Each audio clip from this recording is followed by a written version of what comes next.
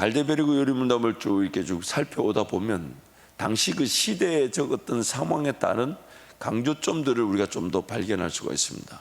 또한 우리가 지금 이제 로마 카톨릭 즉 천주교로 하는 당시에는 그 로마 카톨릭만이 교회였습니다. 그리고 그 교회가 안타깝게도 원래 교회다운 모습들을 점점점 잃어가고 어떤 변질되어 가고 또 부패되어 가는 그런 모습들을 이렇게 많이 보이게 됐죠. 제가 간략하게 소개를 해드리자면 약 한 100년의 기간, 예수님 사후 후에 한 AD 한 100년, 96년까지 이 신약 성경이 이렇게 편집 기간을 가졌습니다. 근데 그 사이에 약 한 250여 년이라는 시간 동안 교회가 엄청난 핍박을 당했었습니다. 약 한 300년이라는 시간 동안 교회가 엄청난 핍박을 당해서 수많은 순교자들이 있었고 또 그 쿰란 공동체 또 지하 무덤에서 신앙생활을 유지하는 약 한 250년의 기간 동안 교회 핍박 기간이 있었죠. 그리고 이제 250의 핍박 기간이 지나고 난 다음에 313년 콘스탄틴 황제 때에 기독교가 공인되면서 엄청난 또 부흥이 일어나기 시작했습니다. 수많은 이제 성도와 교회들이 막 일어나기 시작했고 그 수많은 성도 교회가 일어나면서 교회가 자연스럽게 당시 그런 중세시대 국가까지도 영향을 주고 국가의 지배 영역까지도 펼치게 되는 교회와 국가가 어떤 권력 구조 속에 함께 이렇게 서로 어떤 견제를 하기도 하며 또 국가를 세우기도 하며 이렇게 지내오게 되었죠. 그러나 그때 당시만 해도 인쇄술이 발달되어 있지 않았습니다. 그러다 보니까 또한 성경은 라틴어로 되어 있었어요. 이 라틴어라는 말은 짧은 기간 동안 그 유럽 한 지역에서 이 쓰였던 언어였는데 영어의 어떤 근본이 된다라는, 그러나 그 라틴어가 오래 쓰여지지 않았는데 성경은 라틴어로, 그래서 성도들에게 성경이 읽혀질 수가 없었습니다. 성도들에게 성경이 전해질 수가 없었어요.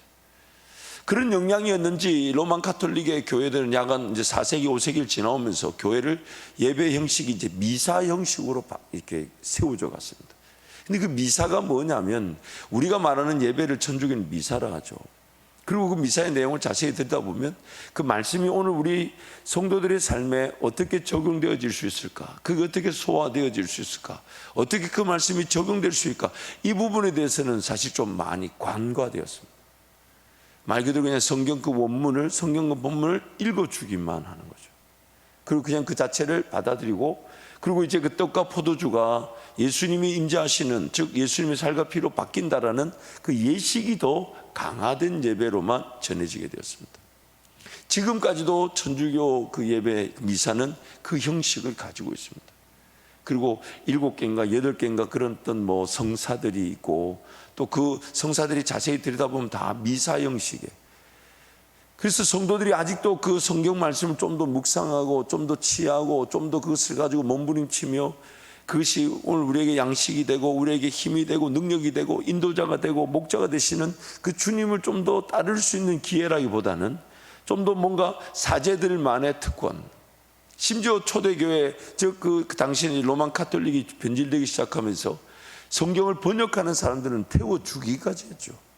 사제들의 특권이며 함부로 성경 말씀이 사사로이 풀어질 것이 아니라 그래서 다른 나라 언어들로 막 성경이 번역되는 것을 이렇게 잡아들여서 죽이기까지 그렇게 했었습니다. 그 당시 그런 교회가 그렇게 변질되어져 간 과정이 있었죠. 또한 1517년에 마틴 루터가 95개의 그 반박문을 이제 그 비텐베르그 성당에 붙일 때 마틴 루터가 당시 그 교회 로만 카톨릭, 그때 당시 그 교회가 그거밖에 없었죠. 종교개혁 이전이니까 거기 소속되어 있는 신부로서 이건 아니다, 이건 아니다. 그렇게 해서 그 95개 반박문을 써보셨고 50년 뒤에 이제 이 하이델베르그 요리문답이라는 요리문답서가 이제 기록되어지게 되었습니다. 그러면서 이제 인쇄술이 이제 그 같이 발달하게 되면서 이제 성도들이 그 말씀을 직접 읽고 취할 수 있는 그 은혜가 이렇게 전해져 내려오게 된 것이죠. 그래서 당시 그런 어떤 교회 분위기를 이 95개조 반박문의 내용 보면 좀 알 수가 있는데, 그 중에 이 마틴 루터의 95개조 중에서 22조항과 27, 28조항에 이런 내용이 있어요.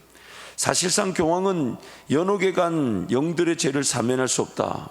이는 그 영들이 이 세상에 살아있을 때 교회 법대로 속죄 행위를 했어야 할 것이었다. 27조에 보면 연복의 안에 던진 돈이 딸랑 소리를 내자마자 영혼이 영혼의 연옥에서 벗어나 나온다고 말하는 것은 인간의 학설을 설교하는 것이다. 또 28조항을 보면 돈이 연복의 안에서 딸랑 소리를 낼 때 이득과 탐욕이 증가한다는 것은 틀림없는 사실이다. 성직자의 대행적 기도의 응답 여부는 하나님의 뜻에만 달려있다. 이게 지금 마틴 루터가 자기가 쓴 게 아니라 당시 그런 설교가 있었습니다. 이 면죄부가 가장 큰 문제였는데, 이 종교개혁이 마틴 루터를 통해 시작될 때 이 면죄부의 이 문제가 가장 큰 문제였죠. 이게 11세기 십자군 전쟁, 즉 기독교 성지 탈환이라는 명목으로 당시 이제 국가 권력과 거의 대등한 이 위치에 있었던 그 로만 가톨릭, 즉 그때는 교회가 그거밖에 없었으니까 교회가 십자군 전쟁을 일으키게 되죠. 그리고 십자군 전쟁 군사들이 이제 나가야 되는데 그 군사들을 모집할 이 명분이 점점 떨어지니까 이제 그 전쟁에 참여하게 되면 면제, 죄를 면해준다는 면제권을 주기 시작했습니다.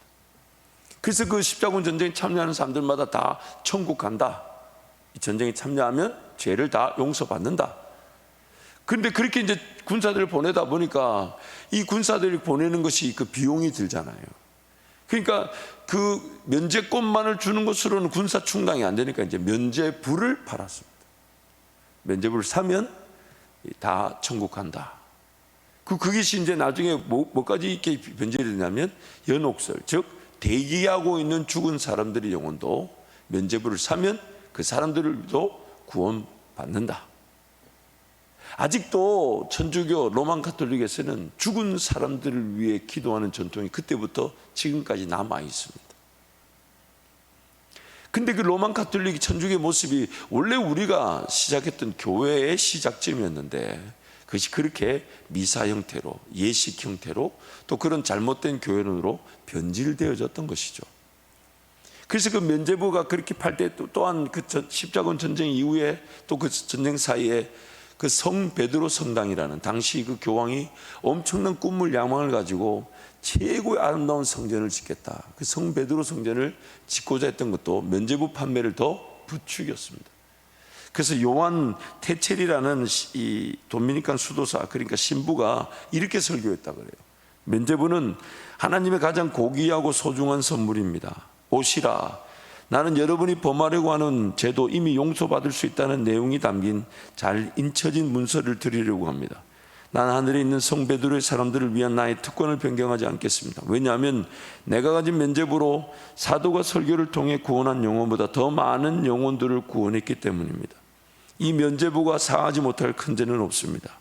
그러나 이보다 더 놀라운 사실은 이 면죄부는 산자의 죄뿐 아니라 죽은 자의 죄도 사할 수 있다는 것입니다. 제사장이여 귀족이여 상인이여 아내여 청년이여 처녀여, 여러분은 여러분의 부모와 친구들이 지금 저 무적행 바닥에서 애타게 울부짖고 있는 소리를 듣지 못합니까? 우리가 너희를 낳고 양육하고 재산까지 남겨주었는데 너희는 어찌 그리 잔인하고 인색해서 작은 돈을 내어 우리를 건져내려고도 하지 않느냐? 여러분, 지금 여러분의 부모를 구해낼 수 있습니다. 여러분의 동전이 부모를 구해낼 수 있습니다. 동전이 궤 속에 떨어지는 소리와 함께 그들의 영혼이 연옥에서 벗어납니다. 여러분은 저들의 영혼을 낙원으로 인도하기를 원치 않습니까? 우리 하나님이신 주님께서는 더 이상 당신이 통치하지 않고 모든 권세를 교황에게 주셨습니다. 지금 우리야 이 내용을 보면서 너무 안타깝지만 당시에는 그런 이 성경이 성도들에게 전해져 있지도 않았고 무엇을 믿어야 되며 하나님이 어떤 분인지 이런 걸 성도들이 모르는 상태에서 그 교황이 어떤 교회 권세를 가지고 이렇다면 이렇고 저렇다면 저렇다는 그 자체가 절대적일 때 이런 신부들의 설교는 그들에게 두려움을 일으키기에 충분했던 모양입니다. 그래서 많은 사람들이 그 동전함에 그 면죄부를 사면서 떨어뜨릴 때 땅그랑 소리와 함께 예수를 믿지 않고 지옥에 갔던 그 가족들도 구원받는다. 이런 배경을 지금 가지고 이 하이델베르그 요리문답이 쓰여진 것입니다. 물론 그것이 한 20-30년의 같은 기간이기도 하고 또 그 이후 기간이기도 하고 그러다 보니까 이 하이델베르그 요리문답을 보면 당시 그 로만 캐톨릭 천주교에 대한 그 극렬한 비판들이 많이 나오죠. 뭐 극렬하다기보다는 좀 심한 비판들과 강한 어조의 비판들이 많이 나옵니다. 그럴 수밖에 없었죠. 그만큼 신앙이 많이 변질되어져 있었기 때문에. 그래서 그런 시대적 배경을 조금 우리가 성도들이 이해를 하고 이 하이데베르크를 좀 더 대하면 훨씬 더, 물론 그 사도신경 내용이나 주기도문, 이 십계명 이런 내용들이야 그때나 지금이나 변함이 없기 때문에 우리에게 큰 부담이 없는데, 그 은혜의 수단으로서의 그 말씀과 성례, 즉 성찬과 세례에 대한 이해는 그런 로만 가톨릭이 그런 미사와 분명히 다른 점이 있다라는 것을 이제 이 강조하고 있는 것입니다. 그래서 오늘 80문부터 82문, 80문, 주의 만찬과 로마 교회 미사는 어떻게 다릅니까? 주의 만찬은 첫째, 예수 그리스도께서 친히 십자가 위에서 단번에 이루신 유일한 제사에 의해 우리의 모든 죄가 완전히 사해졌음을 확증합니다. 둘째, 성신에 의해 우리는 그리스도에게 연합되었으며 그의 참된 몸은 지금 하늘에 있고 하나님 우편에서 우리의 경배를 받으심을 확증합니다. 그러나 미사는 첫째, 그리스도가 산 자들이나 죽은 자들을 위해서 사제들에 의해 지금도 매일 드려지지 않으면 그리스도의 고난에 의해서는 그들이 죄 사함을 받지 못한다고 가르칩니다. 둘째, 그리스도는 떡과 포도주의 형체 속에서 몸으로 존재하기 때문에 그 속에서 경배를 받아야 한다고 가르칩니다. 그러므로 미사라는 것은 근본적으로 예수 그리스도의 단번의 제사와 고난을 부인하는 것이며 저주받을 우상 숭배입니다. 아멘. 그래서 주의 만찬이라는 말은 예수님의 마지막 유월절 이 제자들과 함께 먹었던 그 만찬을 말합니다. 그리고 로만 가톨릭 그 초대 당시 교회들은 예수님의 마지막 만찬에 대한 적용을 오늘날 우리의 예배, 즉 미사라고 이렇게 변형시켜 온 거죠. 그래서 그 미사와 예수님의 만찬, 그리고 우리는 그 만찬을 지금의 성찬으로 기억하는 것인데, 가톨릭에서는 의식을 더 중요하게 여기다 보니까 예수님의 만찬을 지금 그들이 예배, 즉 미사로 여기고 있는 것이죠. 그래서 그 주의 만찬과 미사는 분명히 차이가 있다는 것이죠. 그래서 5가지 내용의 그 차이가 있다는데, 첫 번째는 주님의 만찬은 우리의 모든 죄가 예수 그리스도께서 십자가에서 단번에 이루신 희생제사에 완전히 사해졌음을 증거합니다. 성령 하나님에 의해 우리가 그리스도께 연합, 즉 접붙여지게 되었습니다. 예수 그리스도께서 인성으로 하나님 보좌 우편에 계십니다. 예수님은 하나님 보좌 우편에서 우리의 경배를 받으십니다. 그러나 미사는 그리스도가 산 자들과 죽은 자들을 위하여 매일 사제들에 의해 제공되지 않는 한 그들의 그리스도의 고난을 통해 죄 용서를 받지 못한다고 가르치고, 더 나아가 그리스도는 육체적으로 떡과 포도주의 형태로 존재하므로 그것들 속에서 경배되어야 한다고 가르칩니다. 그래서 미사는 근본적으로 예수 그리스도의 단번의 희생과 고난을 부인하는 것이며 저주받을 우상 숭배 이외에 아무것도 아닙니다. 이 정료석 목사님이 그걸 인용했지만 실제 이 하이데베르크 요리문답을 썼던 우르시누스의 해설을 보면 훨씬 더 비판이 심합니다. 매우 비판이 심합니다. 그만큼 위험성을 알리고 있는 거죠. 그 미사가, 물론 지금 제가 천주교 교리를 제가 요즘 우리 조직 신학 공부하기도 바쁜데 천주교 교리까지 제가 해요. 얼마나 크는지 모릅니다. 제가 천주교 교리를 보면 볼수록 나에게 주신 신앙이 얼마나 감사한지.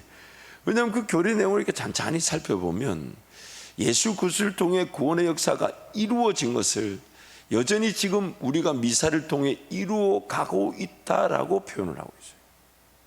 그러니까 지금 이렇게 비판하는 거예요. 미사가 결국 예수 그리스도의 희생제사가 완성된 것인데 자신들의 그 미사 예배를 통해 지금 완성되어져 가고 있다라는, 즉 미사가 예수 그리스도의 희생제사를 완성시키는 예배라고 그렇게 강조합니다. 예배라기보다는 의식, 전례라고 하는데 전례라고 강조하는 거죠. 그걸 지금 이 하이데베르크 요르멘에서 분명히 지금 지적하고 있는 것입니다. 그러니까 우리가 오늘 우리 삶에 좀 적용하자면, 예수 그리스도를 통해 모든 구원의 역사가 이루어졌는데 나의 신앙 행위가 예수 그리스도의 희생 제사에 뭔가 도움이 되고 뭔가 이룰 만한 요소가 될 수 없다는 것입니다. 이걸 좀 더 제가 오늘 우리 삶에 확대해서 한번 적용해 볼게요. 나는 정말 예수 그리스도께서 나를 위해 이루어진 희생 제사에 대해서 얼마나 알고 있으며 그리고 얼마나 그것을 누리고 있는가, 이게 오늘 우리에 던져진 질문이 돼야 되는데, 예수 그리스도의 희생제사가 이미 이루어졌음에도 불구하고 나는 내 삶 가운데 여전히 내 삶이 더 급하고, 내가 뭔가 살아야 되만 하고, 내가 뭔가 해결해야 되만 하고, 내가 먼저 이런 일을 살아내야 되고 감당해야만이 내가 하나님 앞에 나아가 쓰임받을 수 있다라는 식으로 삶을 살아가고 있지는 않은가. 좀 더 현실적으로 적용해 보자면, 나는 과연 예수님이 나를 위해 모든 걸 이루어 놓으셨다는 것을 내가 얼마나 믿고 받아들이고 여기며, 그래서 예수님이 다 이루어 놓으셨다면 그럼 이루어 놓으신 그 시점에서 내 삶은 어떻게 무엇을 결정하고 있는가? 그래서 예수님의 음성을 가장 먼저 듣고자 하는가? 앞서가신 예수님을 정말 끝까지 기다리려고 하는가? 정말 그분이 모든 걸 다 이루어 주셨다면 나는 그분 따라가면서 이루어진 그 모든 일을 나에게 누리게 하실 것인데, 그래서 주님은 먼저 그 나라와 의를 구하면 나머지 모든 것들은 더하여 주신다는데, 과연 나는 먼저 그 나라와 의를 구하는 측면에서 내 삶을 선택 결정 또한 감당해 가고 있는가? 그것을 구하지 않은 채 먼저 주어진 일, 직업, 사업, 가정, 내 삶 이런 것들이 먼저 우선되어 있지는 않은가? 심지어 그걸 해결하기 위해 신앙생활하고 있는 건 아닌가? 내 삶을 살아가기 위한 어떤 도깨비 방망이처럼 주님을 구하고 있지는 않은가? 그러다 보니까 하나님 나라와 의를 구하면, 그래서 그분을 따라가면 필요한 모든 걸 채워주신다는데, 하나님 나라와 의에 대한 관심이 없고 그에 대한 꿈에 대한 사명에 대한 관심이 없는 채 살아가야만 하다 보니까 뭔가 좀 더 주어지고 더 얻어지고 더 많은 물질, 더 많은 영향력이 생기면 그렇게 하나님을 섬기려고 하는 건 아닌가? 순서가 바뀐 건 아닌가? 그게 오늘 우리의 삶에 좀 더 확대 적용될 수 있다고 생각합니다. 과연 이 일이, 이 직업이, 이 사업이 주님이 걸어가자 하셔서 시작된 일인가?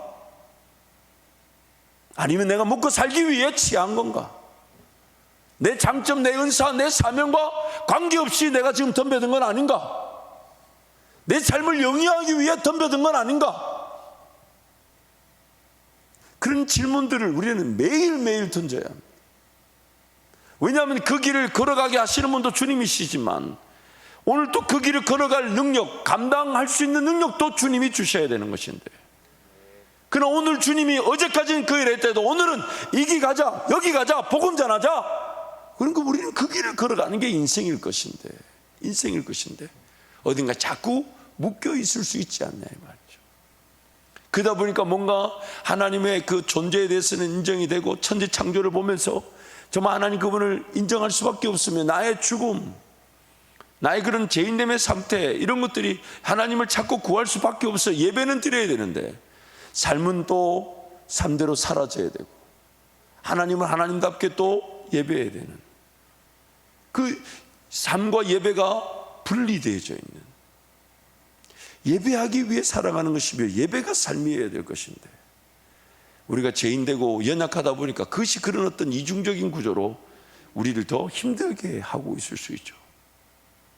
단지 그런 교회가 변질되어져 가는 것 과정에서 나타난 현상만이 문제가 아니라 오늘 우리 삶을 자세히 들여다봐야 돼요. 그래서 하나의 예식처럼 그렇게 내가 떡을 받으면 포도주를 받으면 예수님을 먹었으니 예수님을 마셨으니 이제는 내가 예수님 능력으로 살아가겠다. 그러나 우리는 잘 압니다. 기록된 말씀과 성령의 은혜가 아니면 우리 삶의 문화와 습관이 바뀌지 않는다는 것을. 필리핀에 갔더니요, 그 천주교 이제 성당들이 많잖아요. 근데 그 성주 다 필리핀 사람들은 물었어요. 다 자기네들 교회 다닌다 그래요. 다 천주교 교인들인데. 그래서 제가 그럼 너는 신앙생활 어떻게 하냐 이렇게 물었더니 매일 아침에 기도한대요. 그래서 어떻게 하냐 보여달라고 그랬더니 딱 가니까 그 성당 앞에 요만한 동그란 왜 그 초 같은 거 있잖아요. 왜 일회용 초 같은 거. 그게 색깔별로 쫙 이렇게 있어요. 그걸 헌금을 하고 그걸 가져와도 되고 그냥 가져와도 되더라고요.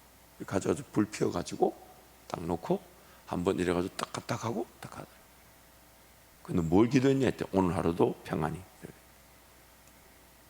근데 이게 전부냐? 이게 전부래. 그게 전부래. 안 하는 것보다는 낫겠죠.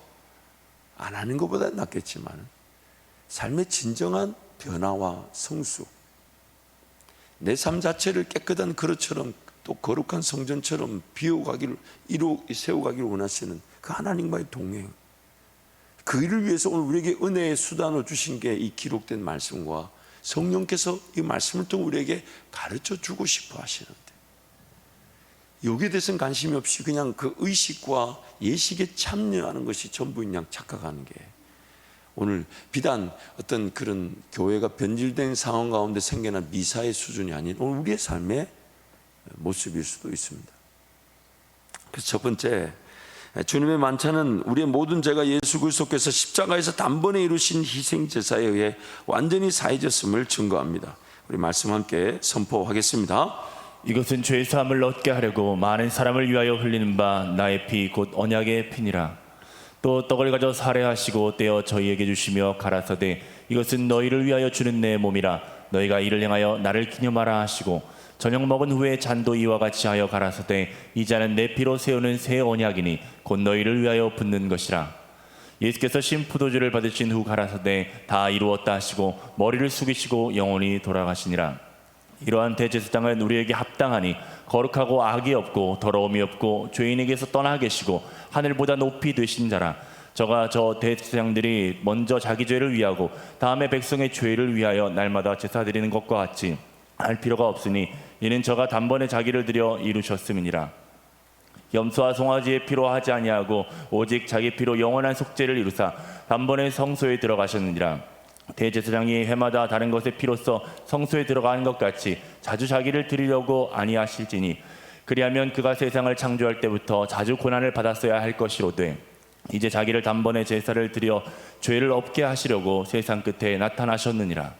한번 죽는 것은 사람에게 정하신 것이요 그 외에는 심판이 있으리니 이와 같이 그리스도도 많은 사람의 죄를 담당하시려고 단번에 들이신 바 되셨고 구원에 이르게 하기 위하여 죄와 상관없이 자기를 바라는 자들에게 두 번째 나타나시니라.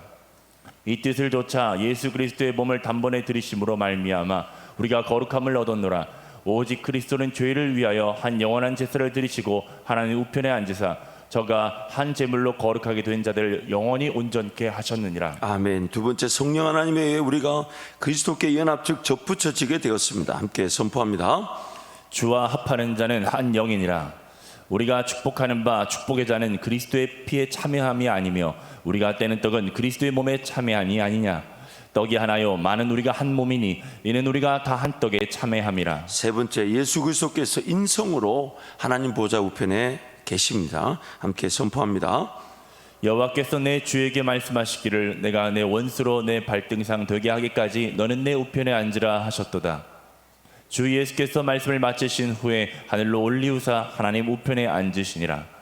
그러므로 너희가 그리스도와 함께 다시 살리심을 받았으면 위의 것을 찾으라. 거기는 그리스도께서 하나님 우편에 앉아 계시느니라. 이는 하나님의 영광의 광채시요 그 본체의 형상이시라. 그의 능력의 말씀으로 만물을 붙드시며 죄를 정결케 하는 일을 하시고 높은 곳에 계신 위엄의 우편에 앉으셨느니라. 이제 하는 말의 중요한 것은 이러한 대제사장이 우리에게 있는 것이라. 그가 하늘에서 위엄의 보좌 우편에 앉으셨으니 성소와 참 장막에 부리는 자라. 이 장막은 주께서 베푸신 것이요 사람이 한 것이 아니니라. 아멘. 네 번째, 예수님은 하나님 보좌 우편에서 우리의 경배를 받으십니다. 함께 선포합니다. 아버지께 참으로 예배하는 자들은 신령과 진정으로 예배할 때가 오나니 곧 이때라. 아버지께서는 이렇게 예배하는 자들을 찾으시느니라. 하나님은 영이시니 예배하는 자가 신령과 진정으로 예배할지니라. 스데반이 성령이 충만하여 하늘을 우러러 주목하여 하나님의 영광과 및 예수께서 하나님 우편에 서신 것을 보고 말하되 보라 하늘이 열리고 인자가 하나님 우편에 서신 것을 보노라 한데 오직 우리의 시민권은 하늘에 있는지라. 거기로서 구원하는 자 곧 주 예수 그리스도를 기다리노니 또 죽은 자를 가운데서 다시 살아나신 그의 아들이 하늘로부터 강림하심을 기다린다고 말하니 이는 장래 노하심에서 우리를 건지시는 예수시니라. 아멘. 이렇게 1번부터 4번까지 예수 그리스도의 희생제사가 끝이 났고 그분이 하늘 보좌에 앉으셔서 모든 것을 다 이루신 하나님으로 우리의 경배와 찬양을 받으신다라고 말하는 것은 더 이상의 어떤 우리의 행위와 우리의 예배, 우리의 미사를 통해 그리스도의 희생제사를 보완하거나 수정하거나 완성시킬 수 있는 일이 아니라는 걸 강조하는 거예요. 그래서 다섯 번째, 그를 인용한 것이 그러나 미사는 그리스도가 산 자들과 죽은 자들을 위하여 매일 사제들에 의해 제공되지 않는 한 그들의 그리스도의 고난을 통해 죄의 용서를 받지 못한다고 가르치고, 더 나아가 그리스도는 육체적으로 떡과 포도주의 형태로 존재하므로 그것들 속에서 경배되어야 한다고 가르칩니다. 그래서 미사는 근본적으로 예수 그리스도의 단번의 희생과 고난을 부인하는 것이며 저주받을 우상 숭배 이외에 아무것도 아니다. 이렇게 지금 강조하는 거죠. 함께 말씀을 선포하겠습니다. 그리하면 그가 세상을 창조할 때부터 자주 고난을 받았어야 할 것이로되 이제 자기를 단번에 제사로 드려 죄를 없게 하시려고 세상 끝에 나타나셨느니라. 오직 그리스도는 죄를 위하여 한 영원한 제사를 드리시고 하나님 우편에 앉으사 저가 한 제물로 거룩하게 된 자들을 영원히 온전케 하셨느니라. 아멘. 그래서 그 황원찬 목사님의 개혁주의 예배학 총론에 이런 내용이 있습니다. 중세시대 미사는 라틴어로 거행되어 회중이 이해하지 못하였고, 회중은 자연 예배에 참여자라기보다는 관람 자격이 되었다. 또한 성경은 개방되지 아니하고 사제들만 사용하였기 때문에 일반 회중은 사제의 강론에만 의지하는 형편이었다. 성경의 말씀은 자국어로 되어 있지 않았고 성도들의 생애와 전설의 일단이 성경 말씀을 대신하였다. 예배는 신부와 소수의 성가대에 의하여 라틴어로 진행되어 장엄한 분위기를 자아내며 예배의 존엄성을 고창하게 하는 일면은 있었으나 신자들의 일상적인 생활과는 거리가 먼 형편이었다. 더구나 16세기경 로마 가톨릭 교회의 화채설이 완성되고 교회의 미사가 일정 불변하게 되자 주의 만찬식은 미신과 뒤섞였고 회중은 1년에 한 번 부활절 때만 참석하게 되어 교회의 미사는 신자들과 더욱 동떨어진 거리감을 주게 되었다. 잘못된 교회의 그런 예배 형태, 그 미사 형태를 우리가 좀 경계하자는 겁니다. 그래서 본질적인 것은 어떤 우리의 예배, 우리의 있던 행함, 우리가 드리는 모든 것들이 예수 그리스도의 희생제사를 완성하는 것이 아니라 예수 그리스도께서 다 이뤄놓으신 일을 우리가 그것을 감사함으로 받아들일 때에 성령께서 우리에게 성령 하나님만이 주신 특별한 은혜가 분명히 있다는 것입니다. 그리고 우리는 그 은혜를 더 감사함으로 누리게 되는 것이죠. 그래서 칼빈의 기독교 강요에 이런 참 좋은 내용이 하나 있어요. 하나님의 말씀은 성도를 희생 제물로 드리는 데 쓰이는 칼이요, 성도의 부정함을 씻어내는 물이며, 그리스도의 장성한 분량에게 자라도록 하는 밥이며, 죄로 인한 질병을 치유하는 약이고, 거기서 하나님이 자신의 약속을 가지고 우리를 만나시는 방이자, 그리고 그리스도와 성령이 오시는 길이며, 신앙이 자라게 하는 씨이고, 그리스도를 비추이는 거울이며, 육체의 종욕을 제어하는 제갈이다. 제가 이 글을 소개한 이유가, 그래서 어떤 예식, 의식의 측면에서의 그런 미사가 아니라 오늘 우리에게 말씀을 주시는 하나님, 그리고 그 말씀이 오늘 방금 읽었던 역할을 통하여 우리를 고치시기도 하고 싸매어 주시기도 하고 인도하시기도 하고 양식이 되기도 하고 무기가 되기도 하고 방패가 되기도 하며, 그 말씀이 우리를 새롭게 하시는, 그래서 성경이 이렇게 말하죠. 말씀이 우리를 낳았다. 말씀이 우리를 거듭나게 만들었다. 말씀이 거듭난 우리를 자라게 한다. 말씀이 우리를 지켜준다. 말씀이 우리를 보호한다. 말씀이 우리를 변화시킨다. 말씀이 우리를 새롭게 한다. 말씀이면 충분하다. 왜냐하면 말씀이 바로 누구십니까? 예수 그리스도시기 때문에. 그래서 어떤 의식이나 예식 중심의 미사가 아니라 우리 개혁교회는 말씀 중심의 예배를 하나님께 드리는 것입니다. 그리고 그 말씀이 단지 예배할 때 한번 읽고 지나가는 수준이 아니라 내 삶 가운데 실질적인 양식이 되고 내 삶을 새롭게 하는 은혜의 수단으로 하나님과 동행할 수 있는 기회가 된다는 것이. 그래서 여러분, 오늘 또 하나님 말씀을 읽고 묵상하고 외우며 또한 그 말씀을 깨닫고 그 말씀을 붙들 수 있는 기회로 살아가게 되는 것이. 그래서 귀를 기울이는 것입니다. 단순히 기도하면서 나에게 주시는 그 주관적인 음성, 그것도 결국 이 기록된 말씀의 범위 안에서 주시는 거라면 오늘 나의 우선순위는 이 기록된 말씀을 내가 얼마나 양식으로 받아들이고, 내가 얼마나 사모하고, 내가 얼마나 기대하고, 내가 얼마나 듣고자 하며, 내가 얼마나 알고자 하며. 아멘은 우리 김동희 목사님만 해야 될 게 아니라고 이 연사 얼마나 외쳤습니까? 아니, 이 아멘의 타이밍이 이렇게 많이 주어지는데도 다시요. 말씀이 주야로 묵상되어지기를 축복합니다. 말씀이 그래서 꿀송이처럼 달다고 하는 그 은혜, 그 하나님 그렇게 우리에게 말씀을 읽혀지기를 원하시고 들려지기를 원하시고, 이 말씀이, 그러나 이 말씀은 최소한이 되었어요. 이 말씀이 그래서 마치 사랑의 언어처럼, 그런 신랑이 신부에게 전하는 그런 편지처럼, 그래서 하나님 우리에게 사랑의 편지를 주신 것처럼 한 장 한 장 너무, 물론 어떤 분이 너무 귀해서 아껴서 읽는다는데 그건 아닌 것 같고 그건 아닌 것 같고, 너무 귀한 말 읽고 또 읽어도 그 말씀을 통해 예수님을 느끼고 예수님을 발견하고 예수님을 알아가고 예수 안에서 내 자신이 발견되고 예수를 얻고 예수로 다시 살아나는, 그것이 오늘 우리에게 주시는 최고의 은혜라는 것입니다. 그래서 오늘 하루도 그런 은혜 가운데서 말씀과 여러분 동행하시기를 사모하십시오. 말씀을 기대하십시오. 물론 우리가 연약하다 보니까 안 읽어졌던, 묵상되지 않았던 말씀이 오늘 하루 종일 읽어져야 된다, 그거는 하나님도 그렇게 바라지는 않으시죠. 그러나 어제보다 오늘 조금 더, 그리고 그것이 좀 더 정기적이고 체계적이고 규칙적이고, 또한 그것이 정말 삶의 어떤 우선순위보다 더 소중한 시간으로 그렇게 주님과 동행하기를 원하실 때, 주님께서는 분명히 기록된 말씀으로 우리를 찾아와 주시고 말씀으로 우리를 위로해 주시고 힘을 주시고 용기를 주시고 믿음을 주시고 갈 바를 알지 못하는데도 걸어갈 그 은혜를 베풀어 주실 것입니다. 그 주님을 온전히 따르는 매일매일의 삶이 되시기를 축복합니다. 함께 찬송하겠습니다.